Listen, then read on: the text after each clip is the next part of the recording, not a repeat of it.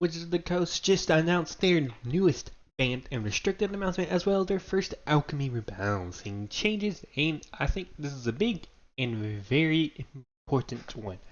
Coming on Neon Dynasty, coming out very soon, and in Standard, the problematic Alrund's Epiphany banned finally. But what's more important and way more interesting here is Divide by Zero being banned. And I think it's a great ban.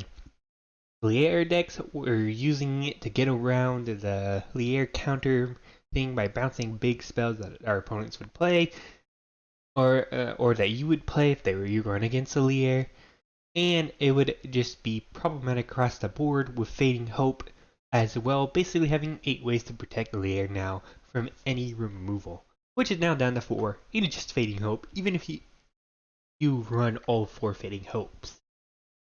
Faceless Haven also banned, powering down the aggro decks. Not as interesting in my opinion, kind of just a ban that got hit because of Alrund's Epiphany and Divide by Zero. I think make sure aggro decks don't go overboard. In Legacy, don't play Legacy, Hope whatever this card has been a problem with helps the format for whoever does play it. And then Memory Lapse, free wildcards for us finally. If you have them, make sure you get them. And then Teferi unbanned, which might also be free wildcards. I don't know if when they banned, they removed Teferi entirely from our libraries, or if we still got to keep them and just got the wildcards. I don't think that is the case, so we might have to craft Teferi again if you want to use him in Historic. But I really want to. Here's all the explanations as to why. You can read through it on their article, but what I really want to go for is Alchemy changes, and I think this is important because it shows, at least starting off, what Wizards' philosophy will be going forward with Alchemy rebalance changes. And based on what's going on here, it seems to me that it's going to be more buffs for weaker cards to get onto powerful power levels rather than nerfs to powerful cards to go to the weaker power levels, which I think is a lot better. So we can see a ton of adventure into the dungeon. A ton of adventure into the dungeon buffs. A Seric, and then down here, Cloister Gargoyle, Dungeon Descent, Eliwick, Find the Path, Fate's Reversal, Perceptuous Drop, Triumphant Adventurer. All of those getting buffed. We also have some Alchemy only cards that got buffed. Assemble the Parts, Blood Rage Alpha. Read through more specifically on what is buffed on the thing. Puppet Razor here as well. And then card adjustments, which are basically nerfs. Divide by Zero here too, I think also important.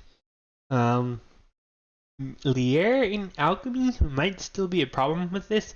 It might have to be like just a full-on banning. I don't think the learn is, or changing some more, I don't think the learn is that big of a deal later on, more than it is just protecting or countering a spell while Lier is out.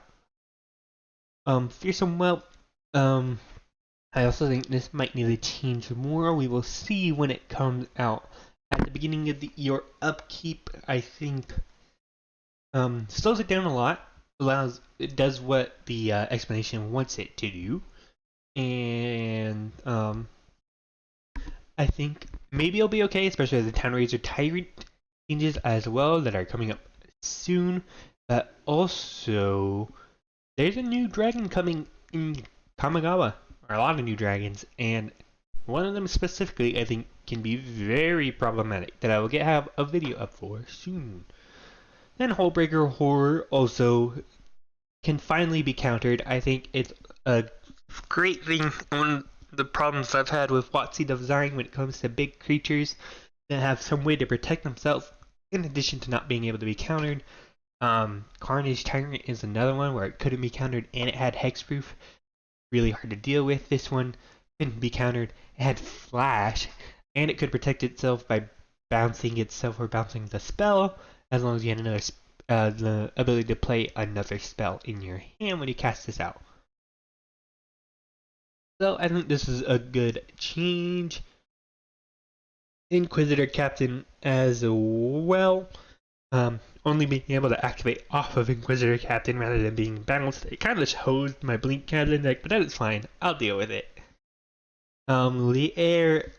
Oh yeah, this is the big change too. During your turn is so big. So maybe the divide by zero change isn't as bad as I thought anymore.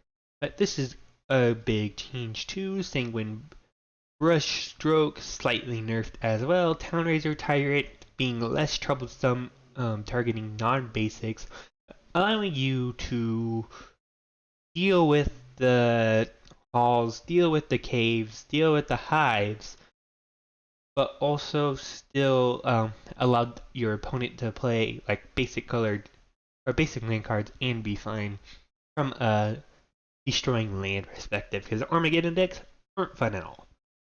And then lastly, the Teferi change here. Now it's 5 loyalties rather than 4. Costs 4 mana instead of 3. And your opponents can't cast spells during your turn. Overall, pretty fine. I think. Just wanted to get this out here. Once again, I think the changes overall pretty good. Hopefully they become more frequent, and we see more things like Puppet Razor or these Fringe venture cards being increased to match up to playable power levels rather than just nerfs on the most powerful things, and that is it. But as always, if you enjoyed this video, please consider liking and subscribing. It really helps a lot, and thanks for watching.